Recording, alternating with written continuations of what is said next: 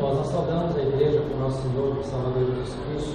Já tivemos a saudação do presbítero Joaquim e agora a saudação pastoral. Já foi explicado o motivo da ausência do nosso pastor, e o pastor, eu brinco, o pastor reserva, camisa 12, sempre está à disposição quando é necessário, está presente para falar da palavra do Senhor para nós nesta noite. E nós vamos abrir o Antigo Testamento, terceiro capítulo, dos versos 13 ao verso de número 18. As vossas palavras foram duras para mim, diz o Senhor, mas vós dizeis que temos falado contra ti. Vós dizeis, inútil é servir a Deus, que nos aproveitou termos cuidado em guardar os seus preceitos e em andar de luto diante do Senhor dos Exércitos. Ora, pois, nós reputamos por felizes os soberbos, também os que cometem impiedade prosperam. Sim, eles tentam ao Senhor e escapam. Então, os que temiam ao Senhor falavam uns aos outros. O Senhor atentava e ouvia. Havia um memorial escrito diante dele para os que temem ao Senhor e para os que se lembram do seu nome. Eles serão para mim particular tesouro naquele dia que preparei, diz o Senhor dos Exércitos. Poupá-los-ei, como um homem poupa o seu filho que o serve. Então vereis outra vez a diferença entre o justo e o perverso, entre o que serve a Deus e o que não serve. Continue com a Bíblia aberta, palavra de Deus, vamos orar ao Senhor. Fale conosco, ó Pai, através da Tua mensagem. Tu já falaste conosco através dos cânticos, da própria leitura da palavra, da devoção em nosso coração, do ministério de louvor com cântico, com os hinos. Agora fale conosco, continuando, em continuidade, através da Tua voz, da Tua palavra. É a nossa oração que Te fazemos em Cristo Jesus. Amém. Irmãos, é um privilégio para nós estudarmos o Antigo Testamento, que faz parte da Bíblia hebraica e também cristã.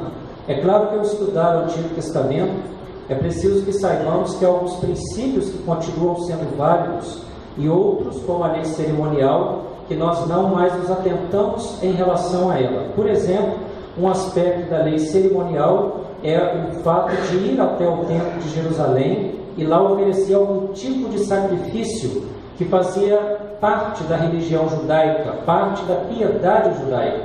O templo hoje não mais existe e nem a religião é exclusiva de Israel. No Novo Testamento há um universalismo, não de salvação, o que diria que todos são salvos, mas universalismo de alvo, para se entregar a mensagem e a palavra de Deus. O Antigo Testamento tem sido esquecido nas igrejas cristãs, o que não deve acontecer. Certa vez eu estava no seminário, no meu primeiro ano, e empolgado à mesa fazia um sermão do Antigo Testamento. E um colega meu passou por mim e me disse: para que fazer um sermão no Antigo Testamento? Não é necessário, porque estamos sob a nova dispensação, então fale sobre o Novo Testamento.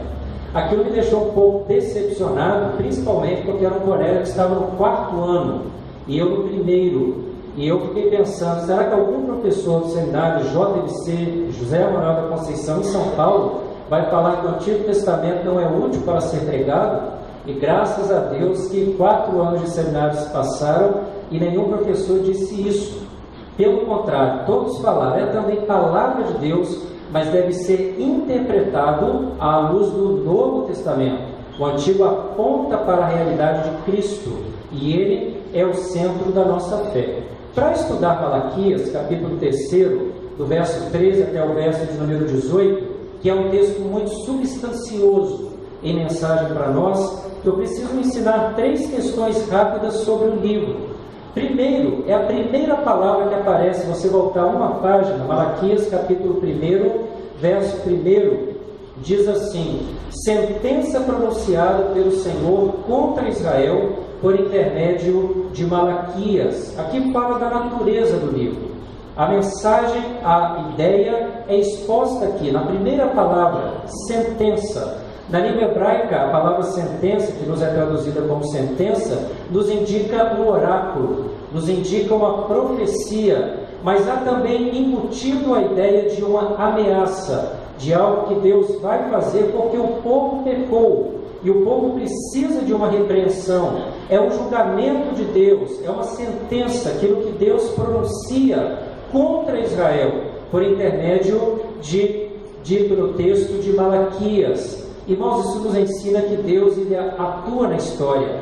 Deus ele é um Deus misericordioso, amoroso, é um Deus que cuida, é um Deus que ama, que é presente com o povo.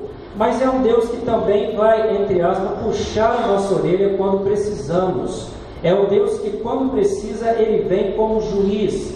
E por mais que alguns achem que está demorado o juízo divino, certamente a promessa de Deus de que Ele vai punir o pecador vai acontecer no tempo certo e de acordo com o propósito eterno de Deus. Então devemos ser pacientes de que Deus falará para o povo, para o mundo, respondendo aos anseios da igreja e também trazendo a sua sentença sobre aqueles que pecam, aqueles que não atuam de acordo com a sua vontade. É o primeiro aspecto. A segunda questão é que o livro de Malaquias, na Bíblia hebraica, faz parte de uma divisão que é chamada de profetas posteriores. Na Bíblia hebraica é um pouco diferente a divisão em relação à nossa Bíblia. A nossa Bíblia segue a uma tradução grega do Antigo Testamento realizada no 2º século a.C., chamada Septuaginta. Lá a Bíblia do Antigo Testamento vai ser dividida por tópicos. Você pode se lembrar, porque é ensino corrente não apenas nessa igreja, mas também em outras igrejas do nosso presbitério Brasil, igreja presbiteriana, a divisão. Você tem primeiro 5 livros da lei, chamado Pentateuco, Torá. Depois você tem os livros históricos, você tem de Josué até Esther. Depois você vai ter os livros poéticos, de Jó até Cantares de Salomão. Tem os profetas maiores, não maior em termos de ser mais importante do que os outros, mas porque o livro é considerado maior, que vai de Isaías até o livro de Oséias. E de Oséias para frente você tem os profetas menores, que vai até Malaquias. Essa é a classificação da Bíblia que nós seguimos e adotamos. O judeu não era assim a classificação. Tem os profetas anteriores e os profetas posteriores. Os profetas anteriores vão de Josué até o 2º livro dos reis. Por quê? Porque eles não nos deixaram escritos proféticos. Eles não vão não vão escrever da parte de Deus as suas profecias. Por exemplo, você tem Josué, você tem Natã, você tem Elias, você vai ter Eliseu e outros profetas que não nos deixam livros proféticos. Samuel é considerado profeta também, mas deixa um livro registrado a história. Josué, a mesma coisa. Depois desses livros, você vai ter os profetas posteriores. Estes sim nos deixam escritos. E uma das principais características desses escritos é o ditado, assim diz o Senhor. Então são livros proféticos. Então você tem um livro profético que fala a palavra de Deus falando ao povo de Judá e também ao nosso coração. A terceira questão é sobre o nome do autor. Apenas mais uma curiosidade para nós. Malaquias vem de uma raiz hebraica que quer dizer mensageiro. E aí você tem a dificuldade de alguns estudiosos na história em afirmar se era de fato um homem chamado Malaquias ou o nome que aparece aí no capítulo 1, verso 1, a última palavra Malaquias, é apenas uma qualidade de quem traz a mensagem, que a palavra quer dizer meu mensageiro ou mensageiro da parte de Deus. O Targum hebraico, por exemplo, diz que não é um nome, mas é apenas uma qualidade. E aí eles vão dizer que é Esdras. Os teólogos cristãos mais conservadores, e é também a minha opinião, preferem dizer que é sim um profeta, um homem chamado por Deus na história, chamado Malaquias, mesmo que não seja um nome comum na língua hebraica pessoal, mas ele vai falar da mensagem da parte do Senhor. Outra questão é que você não encontra nada de Malaquias no restante do Antigo Testamento. Só nesse livro é que você vai saber alguma coisa do profeta chamado Malaquias. Tudo isso parece desnecessário, mas vai nos ensinar que Deus fala ao seu povo. Toda essa introdução vai ensinar que Deus nunca deixa o seu povo sem orientação. Ele se revela a nós através da palavra, de maneira salvífica, onde você encontra a mensagem profética dizendo para o povo: volte ao Senhor, volte ao teu Deus, observe a lei do Senhor, observe a palavra de Deus, para que as ameaças da lei não recaiam sobre ti e sobre a tua família se errarem. Então Deus, ele fala, e a teologia reformada, ela vai enfatizar que a palavra de Deus não é livro humano, não há contradição, não é livro que eu deixo apenas, ou pego apenas no domingo, e aí depois de segunda a sábado eu deixo de lado. É o livro que eu me edifico, é o livro pelo qual Deus fala comigo, fala no meu coração, me transforma, me dá ânimo, alegria, força, vigor. Então esta palavra profética do Antigo e também do Novo deve ser ouvido. Inclusive a nossa experiência, ela deve estar de acordo com a palavra de Deus. É assustador como algumas igrejas têm brincado com a ideia de colocar a experiência acima da palavra de Deus. São coisas escabrosas que vão por aí acontecendo dentro de algumas igrejas, de maneira especial as chamadas neopentecostais. Certa vez uma mulher disse que havia ensinado seu cachorro a louvar a Deus com um latido estranho dentro da igreja, e ela disse que isso foi uma grande experiência para a vida dela. Um senhor que não tinha um braço, lá no bairro 9 de Abril, há muitos anos, disse que esse braço tinha sido arrancado em uma viagem que ele havia feito ao céu. Então era a experiência de vida dele. Ele pregava a sua ida ao céu, e um pastor, de forma irônica, disse que é mais fácil ele ter perdido o braço no inferno do que no céu. Porque no céu ele vai ter privilégios, e não tirar alguma coisa da parte dele. Então, irmãos, a nossa experiência deve estar de acordo com a palavra, e não fazer com que a palavra se amolde à nossa experiência. Agora vamos voltar para Malaquias capítulo 3.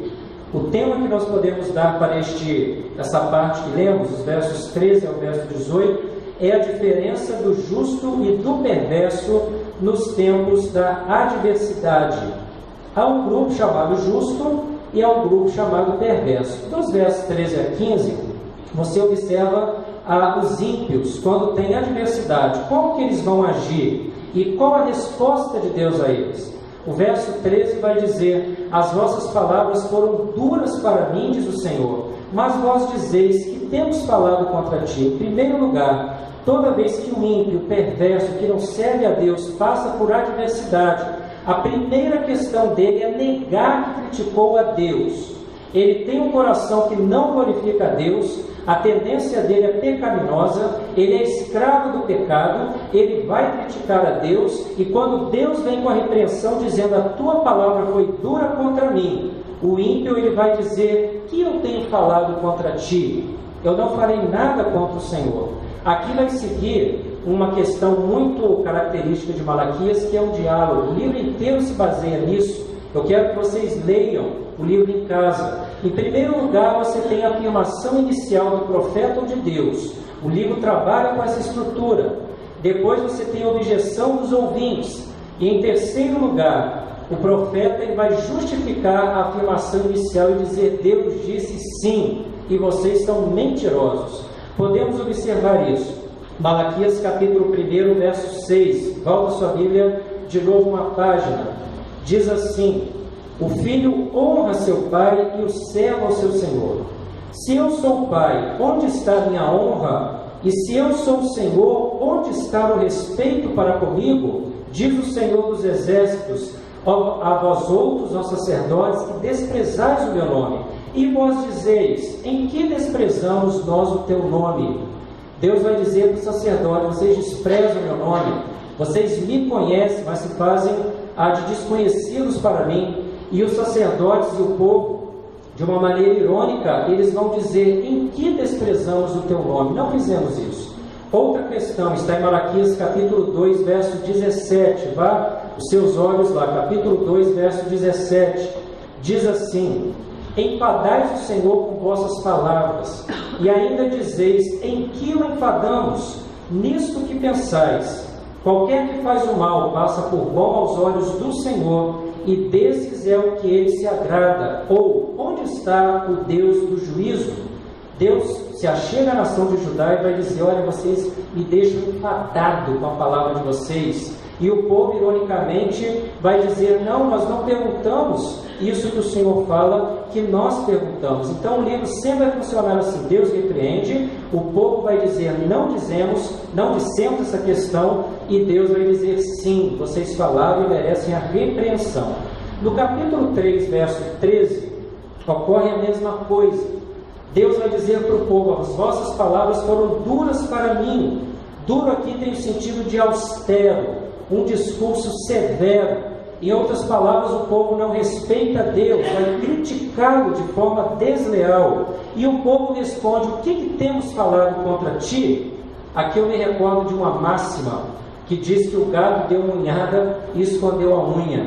Uma vez eu estava em São Paulo, na casa de um amigo, e ele tinha 3 gatos. E ele me disse que o gato estava ficando bravo comigo, que era para eu sair de perto e o gato ia me arranhar. E eu, teimoso, continuei. Geralmente, quando eu falo isso, a pessoa que gosta de gato e tem, não gosta muito, né? Porque eu fazia, às vezes eu instigava o gato, mexia com o gato, e meu castigo veio, e o gato me deu uma unhada. E o meu colega disse: não brinque que o gato vai te unhar. E ele me unhou em questão de segundos, e eu olhei: cadê a unha do bicho? Já tinha sumido. O gato deu unhada, escondeu a unha e ficou como se nada tivesse acontecido. Outro dia no YouTube também passou um gato que a dona disse: não faça isso. Ele ameaçando jogar o copo na mesa. E ele olha para a dona com um jeito de autoritário: quem manda sou eu. E joga o copo, e o copo quebra, né, lá na sala dela. Então, o povo de Israel aqui me lembra essa ideia do gato, de dar uma unhada e esconder a unha. Deus diz para o povo: vocês fizeram. E o povo vai dizer: não, nós não fizemos isso que o Senhor está falando, que nós fizemos contra o Senhor. Então o livro de Malaquias diz que Deus fala a Israel: vocês foram duros em termos de palavras para mim. Irmãos, esse texto vai nos ensinar a nós assumirmos o que nós falamos. Toda vez que você fala alguma coisa, assuma e diga: eu falei. Mesmo que você tenha dito em momento de raiva, mesmo que você tenha dito em momento que não deveria, sem pensar, se vem o juízo, se alguém pergunta, não negue, diga: eu falei. Não faça como o povo de Israel. O povo se ira contra Deus, fala, Deus vem o juízo e eles falam: eu não falei. Agora observamos no verso 14 e no verso 15. Já que o povo não assume, Deus vai lembrar o que eles falaram. E Deus diz assim: vocês dizem, inútil é servir a Deus. É a primeira ideia deles. Que nos aproveitou termos cuidado em guardar os seus preceitos e em andar de luto diante do Senhor dos Exércitos? Ora, pois, nós reputamos por felizes os soberbos. Também os que cometem piedade prosperam. Sim, eles tentam o Senhor e escapam. Por que o povo fala isso com Deus? Em primeiro lugar, é preciso entender o contexto. Malaquias vai escrever quando o povo volta do cativeiro babilônico. 100 anos haviam se passado. O povo já estava com o templo construído, já uma precária ideia de sacrifício apontada pelo profeta. Você já tem uma religião oficial funcionando, mas há uma coisa que falta: o Messias. Onde está o Messias? E o povo está tremendamente desanimado. Alguns dizem que é do ano 435 a.C., essa ideia profética de Malaquias. O povo volta com o Edito de Ciro em 539, cerca de um século depois. Havia apatia, desilusão, havia a ideia de que o templo foi sim reconstruído, mas a era messiânica não havia. Os persas dominavam Israel e o povo queria que o Messias guerreiro viesse para libertar, mas não acontecia. E o povo começa a ficar bastante desanimado, e o povo se volta contra o seu Criador. E eles vão dizer: é inútil servir a Deus. A palavra hebraica para inútil designa aquilo que é irreal. A palavra é forte, sem valor. Não adiantou de nada, moralmente, espiritualmente, nenhum sentido, não há sentido em servir a Deus. Eles vão dizer para Deus assim: eu perdi o meu tempo no teu serviço. Depois o povo vai dizer: não me aproveitou nada guardar os preceitos do Senhor e em andar de luto diante do Senhor dos Exércitos. Na língua hebraica, o verbo aproveitar é forte, indica cobiça, indica barganha, indica lucro, indica uma vantagem pessoal derivada de alguma atividade. Em outras palavras, o povo volta-se para Deus e diz assim: eu não lucrei nada servindo ao Senhor financeiramente, pelo contrário, eu perdi muita coisa. O povo tenta barganhar com Deus, tenta mercadejar a sua fé. E essa situação, essa expressão, nos ajuda a ver como que Israel era um povo cobiçoso, como que era interesseiro. Eles queriam lucro em servir ao Senhor. Depois eles vão dizer: andar de luto diante do Senhor também não adiantou. Andar de luto aqui é a ideia de você ter a consciência pesada por causa do pecado e buscar o arrependimento. E eles vão dar a ideia clara que não se arrependeram de verdade, porque eles vão dizer: não adiantou nada eu andar de luto diante do Senhor, andar arrependido, não adianta nada, tudo foi em vão. E depois eles vão fazer algo que também jamais devemos fazer: eles vão se comparar. Quando você começa a se comparar com alguém, é porque está com algum problema espiritual, psicológico ou com alguma questão que não está bem na sua vida. Israel começa a se comparar com o soberbo. E Israel vai dizer assim: nós reputamos por feliz é o soberbo, porque ele peca, ele faz as coisas, ele tramita contra a justiça, ele fala contra Deus, ele assalta, ele rouba, ele faz várias coisas erradas, e parece que não acontece nada, e ele é feliz. A palavra feliz aqui também é bastante interessante, porque dá a ideia de um homem abençoar o outro, mas no sentido invejoso. Eu estou te elogiando, mas na verdade eu tenho inveja de você. Essa palavra hebraica, eles vão dizer, são felizes, bem-aventurados, mas na verdade eu tenho inveja de cada um deles. Depois do verso 14 e verso 15, esses versos da palavra de Deus vão nos dar algumas aplicações. Em primeiro lugar, irmãos, nós também muitas vezes na nossa vida tendemos a afirmar que é inútil servir a Deus. Se eu fizer um apelo aqui, perguntar e pedir para levantar a mão, quem já disse ou pensou ou já passou pelo pensamento a ideia de que é inútil ser cristão, imagino que ou a grande maioria ou praticamente todos vão assumir, que já passou pela ideia de que é inútil servir a Deus, no sentido de fraqueza de fé, quando você está tentado ao máximo de pensar que a sua luta foi vã. Irmãos, quando Israel fala que é inútil servir a Deus, nesses versos é o ímpio que diz. Jamais um cristão ele pode falar e perseverar nessa ideia. Pode ter algum momento de indelicadeza, pode ter algum momento de fraqueza de fé, em que você quer deixar de lado, mas se for cristão verdadeiro, você vai ver o que Cristo fala. João capítulo 16, verso 33. Essas coisas vos digo para que tenhais paz em mim. No mundo passais por aflições, tende bom ânimo, eu venci o mundo. Então você não vai ficar na ideia de que é desagradável servir a Deus, é inútil servir a Deus, porque você vai ter a convicção de que você vai passar por tribulação, mas Deus guarda, porque Ele venceu em Cristo, e Ele é o maior exemplo que você pode ter no seu dia a dia. Então a sua fé não pode estar na circunstância, porque senão você vai dizer que é inútil, mas deve estar no Cristo, que é o nosso modelo, legislador e amparador da nossa fé. Essa é a primeira lição. A segunda lição é que nós também podemos, em determinados momentos de nossa vida, comparar a nossa vida com a de outros pecadores. Você começa a observar alguns políticos corruptos. Não estou dizendo que todo político é corrupto por natureza. Você pode observar alguns ímpios também que fazem alguma coisa, e aí você começa a se comparar com eles e dizer: não acontece nada com eles, e eu sou crente, tenho dificuldade, há enfermidade, há aprovação, há tentação, e a coisa não caminha. Certa vez eu estava em uma igreja e vi um jovem falando assim, desta forma, se comparando com o outro.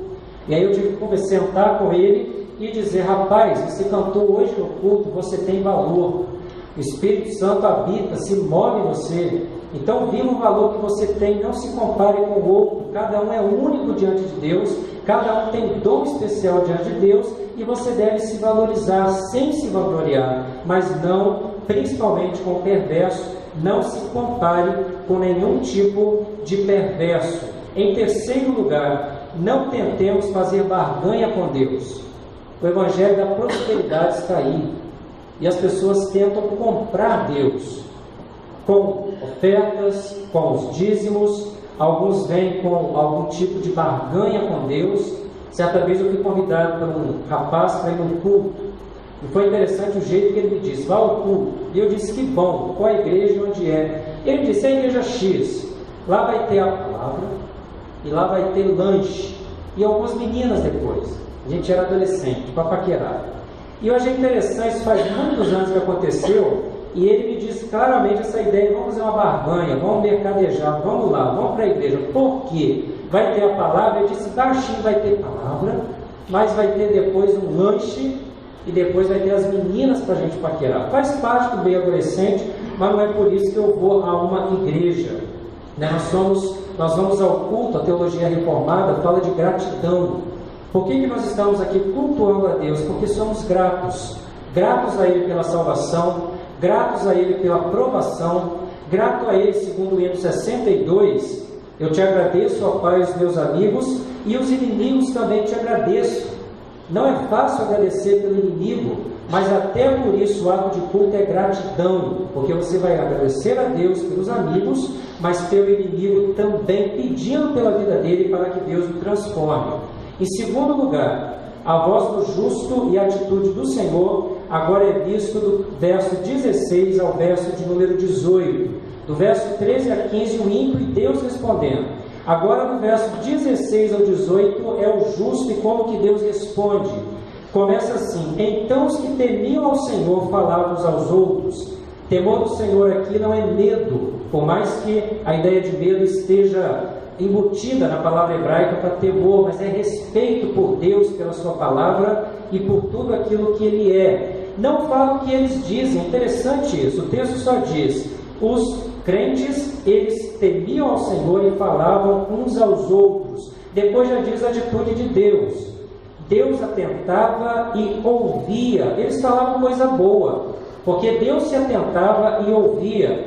Há um memorial, o livro da vida, escrito diante dele para os que temem ao Senhor e para aqueles que lembram do seu nome. Sabe o que esse verso 16 nos ensina? Aconselhamento.